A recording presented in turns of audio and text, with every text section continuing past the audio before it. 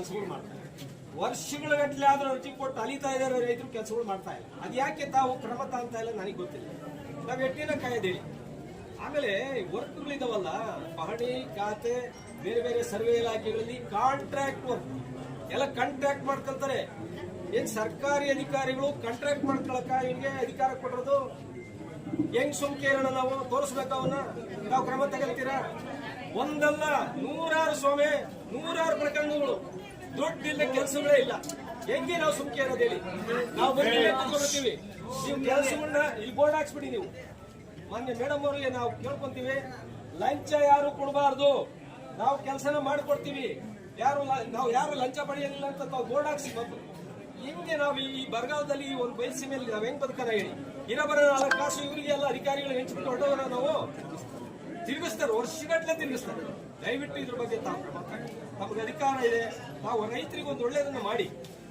ಮಧುಗಿರಿ ಪಟ್ಟಣದ ತಾಲೂಕು ಕಚೇರಿಯ ಆವರಣದಲ್ಲಿ ನಡೆದ ಜನಸಂಪರ್ಕ ಸಭೆಯಲ್ಲಿ ಹಲವು ಸಮಸ್ಯೆಗಳು ಬೆಳಕಿಗೆ ಬಂದಿವೆ. ಜಿಲ್ಲಾಧಿಕಾರಿ ಶುಭಾ ಕಲ್ಯಾಣ್ ಅವರ ಅಧ್ಯಕ್ಷತೆಯಲ್ಲಿ ನಡೆದ ಸಭೆಯಲ್ಲಿ ವೃದ್ಧರು, ಮಹಿಳೆಯರು ಹಾಗೂ ರೈತರು ತಮ್ಮ ಸಮಸ್ಯೆಗಳ ಪರಿಹಾರಕ್ಕಾಗಿ ಅರ್ಜಿಗಳನ್ನು ಸಲ್ಲಿಸಿದರು. ಕೆಲವರು ತಮ್ಮ ಸಮಸ್ಯೆಗಳನ್ನು ವಿವರಿಸುವ ವೇಳೆ ಕಣ್ಣೀರು ಹಾಕಿದ ಘಟನೆ ಕೂಡ ನಡೆದಿದೆ. ಇದನ್ನು ಗಮನಿಸಿದ ಜಿಲ್ಲಾಧಿಕಾರಿಗಳು ದೊಡ್ಡೇರಿ ಮತ್ತು ಕೊಡಿಗೇನಹಳ್ಳಿ ಹೋಬಳಿಯ ಕಂದಾಯ ನಿರೀಕ್ಷಕರನ್ನು ತರಾಟೆಗೆ ತೆಗೆದುಕೊಂಡರು. ಕಂದಾಯ ನಿರೀಕ್ಷಕರು ಮತ್ತು ಕಾರ್ಯದರ್ಶಿಗಳ ವಿರುದ್ಧ ಜಿಲ್ಲಾಧಿಕಾರಿಗಳು ತೀವ್ರ ಅಸಮಾಧಾನ ವ್ಯಕ್ತಪಡಿಸಿದರು. ಇದೇ ವೇಳೆ ರೈತರ ವಿವಿಧ ಸಮಸ್ಯೆಗಳನ್ನು ಬಗೆಹರಿಸುವಂತೆ ಜಿಲ್ಲಾ ರೈತ ಸಂಘದ ಪ್ರಧಾನ ಕಾರ್ಯದರ್ಶಿ ಶಂಕರಪ್ಪ ಅವರ ನೇತೃತ್ವದಲ್ಲಿ ಜಿಲ್ಲಾಧಿಕಾರಿಗಳಿಗೆ ಮನವಿ ಸಲ್ಲಿಸಲಾಯಿತು. ಸಭೆಯಲ್ಲಿ ಹೆಚ್ಚುವರಿ ಜಿಲ್ಲಾಧಿಕಾರಿ ತಿಪ್ಪೇಸ್ವಾಮಿ, ಉಪವಿಭಾಗಾಧಿಕಾರಿ ಗೂಟೂರು ಶಿವಪ್ಪ, ತಹಶೀಲ್ದಾರ್ ಶ್ರೀನಿವಾಸ್, ತಾಲೂಕು ಪಂಚಾಯತಿ ಇಒ ಲಕ್ಷ್ಮಣ್, ಸಿಪಿಐ ಹನುಮಂತರಾಯಪ್ಪ ಸೇರಿದಂತೆ ಹಲವಾರು ಅಧಿಕಾರಿಗಳು ಭಾಗವಹಿಸಿದ್ದರು.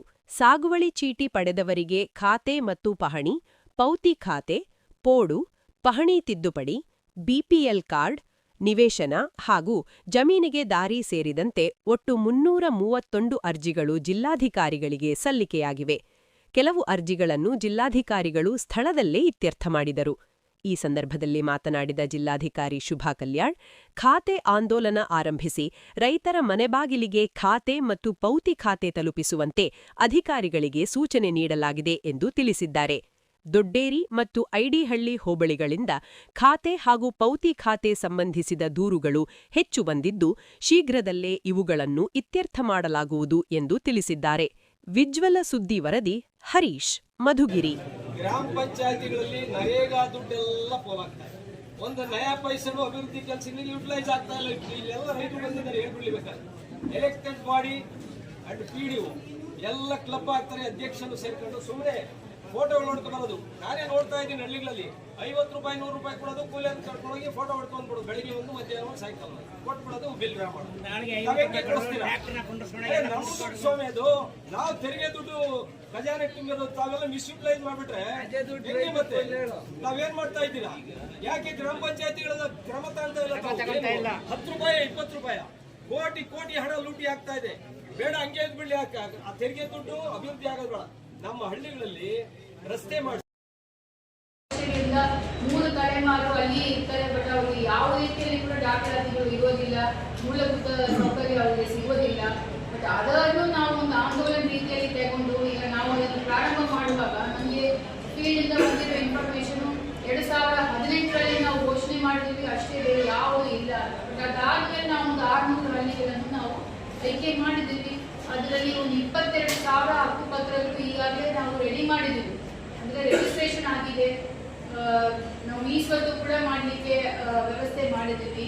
ಮತ್ತು ಇಲ್ಲಿ ಈ ಒಂದು ತಾಲೂಕಲ್ಲಿ ಹೇಳಬೇಕಾದ್ರೆ ತಹಸೀಲ್ದಾರಿಂದ 2,500 ಹಕ್ಕುಪತ್ರಗಳು ಈಗಾಗಲೇ ಸೈನ್ ಆಗಿದೆ, ರಿಜಿಸ್ಟರ್ ಆಗಿದೆ.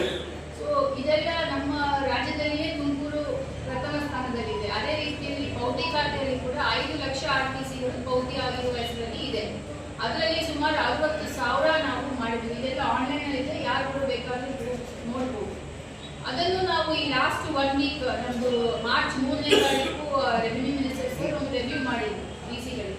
ಅವಾಗ ಹೇಳಿದ್ರು BAO ವೈಸ್ ಅದನ್ನು ರಿವ್ಯೂ ಮಾಡಿಸಿ ಈ ಥರ ಸ್ಟ್ರೈಕ್ ಕೇಸಸ್ ಅನ್ನು ಮಾಡಿಸಿ ಅಂತ. ಸೊ ಅವ್ರು ಹೇಳಿದ ಮೇಲೆ ನೆಕ್ಸ್ಟ್ ಡೇ 4th ಡೇ ನಾವು ಎಲ್ಲ ಡಿಒಗಳು ಕರೆಸಿ ಸಬ್ ಡಿವಿಷನ್ ವೈಸ್ ರಿವ್ಯೂ ಮಾಡಿದ್ವಿ. ಅಂತ ನಾವು ಟೇಬಲ್ ಇನ್ಸ್ಪೆಕ್ಷನ್ ಕೂಡ ಮಾಡೋಣ ಅಂತ ಒಂದು ತೀರ್ಮಾನ ಕೂಡ ತಗೊಂಡಿದ್ವಿ. ಕೆಲವೊಂದು ಕಡೆ ಸೈಟ್ಸ್ ಇಶ್ಯೂಸ್ ಕೂಡ ಇದೆ. ಅಂದರೆ ನಾವು ಕಂದಾಯ ಇಲಾಖೆಯಿಂದ ಅವರಿಗೆ ಆಶ್ರಯ ಯೋಜನೆಗೋಸ್ಕರನೇ ಸೈಟ್ಸ್ ಅನ್ನು ಕೊಟ್ಟಿದ್ದೀವಿ. ಬಟ್ ಅದನ್ನು ಡೆವಲಪ್ಮೆಂಟ್ ಮಾಡಿ ಹಂಚಿಕೆ ಮಾಡೋದ್ರಲ್ಲಿ ವಿಳಂಬ ಕಂಡು ಬರ್ತಾ ಇದೆ. ಕೆಲವೊಂದು ವಿಧವೆಯರು ಮತ್ತು ಅಂಗವಿಕಲರು ಬಂದು ರಿಕ್ವೆಸ್ಟ್ ಮಾಡಿಕೊಂಡು ನಾನು ಕೇಳಿದಾಗ ತಹಸೀಲ್ದಾರ್ ಅವರು ಅದೇ ಗ್ರಾಮ ಪಂಚಾಯತಲ್ಲಿ ನಾವು ಆಶ್ರಯಕ್ಕೆ ಜಮೀನು ಮೀಸಲಿಟ್ಟಿದ್ದೀವಿ ಅಂತ ಕೂಡ ಅವರು ಹೇಳಿದರು.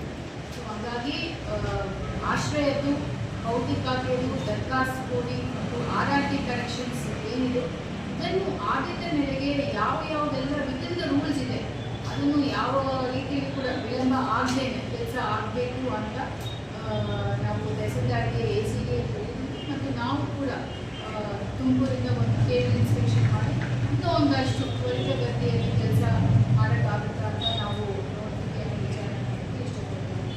ಇವತ್ತು ಏನೇನು ಅರ್ಜಿಗಳು ಬಂದಿದ್ದಾವೆ ಅದು ಪ್ರತಿಯೊಂದು ಕೂಡ ಇಂಟಗ್ರೇಟೆಡ್ ಪಬ್ಲಿಕ್ ಗ್ರೀವೆನ್ಸ್ ರಿಟ್ರೆಸಲ್ ಸಿಸ್ಟಮ್ ಅನ್ನೋ ಒಂದು ಸಿಸ್ಟಮಲ್ಲಿ ಆನ್ಲೈನಲ್ಲಿ ನಾವು ಎಂಟ್ರಿ ಮಾಡ್ತೀವಿ. ಸೊ ಏನೇನು ಅರ್ಜಿಗಳು ಬಂದಿದೆ ಮತ್ತು supporting documents who is the responsible officer, so ಅದು ಕೂಡ ನಾವು ರಿವ್ಯೂ ಮಾಡ್ತೀವಿ.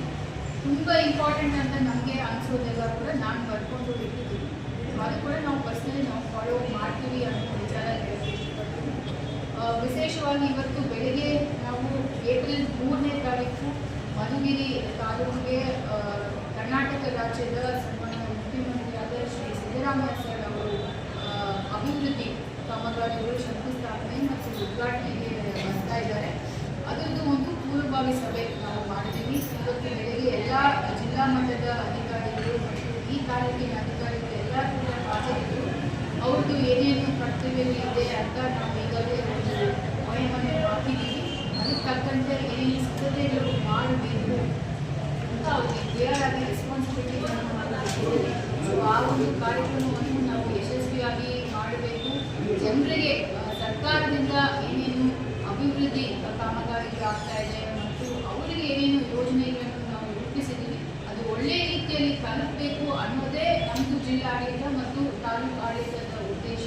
ಅದು ಒಳ್ಳೆಯ ರೀತಿಯಲ್ಲಿ ಆಗಬೇಕು ಅಂತ ನಾವು ಇಒ ಆಗಬೇಕು ಮತ್ತು ನಮ್ಮ AC ಮಧುಗಿರಿ ಅವರು ಬೆಳಗ್ಗೆಯಿಂದ ನಮ್ಮ ಜೊತೆ ಇದ್ದು ತಹಸೀಲ್ದಾರ್ ಇತ್ತು ಮತ್ತು ಎಲ್ಲ ಡಿಸ್ಟ್ರಿಕ್ಟ್ ಲೆವೆಲ್ ಆಫೀಸರ್ಸ್ ಕೂಡ ಅವರೆಲ್ಲ ಇತ್ತು. ನಾವೆಲ್ಲ ಸಿದ್ಧತೆಗಳನ್ನು ನಾವು ಮಾಡಿ ಆ ಒಂದು ಕಾರ್ಯಕ್ರಮವನ್ನು ಯಶಸ್ವಿ ಮಾಡ್ತೀವಿ.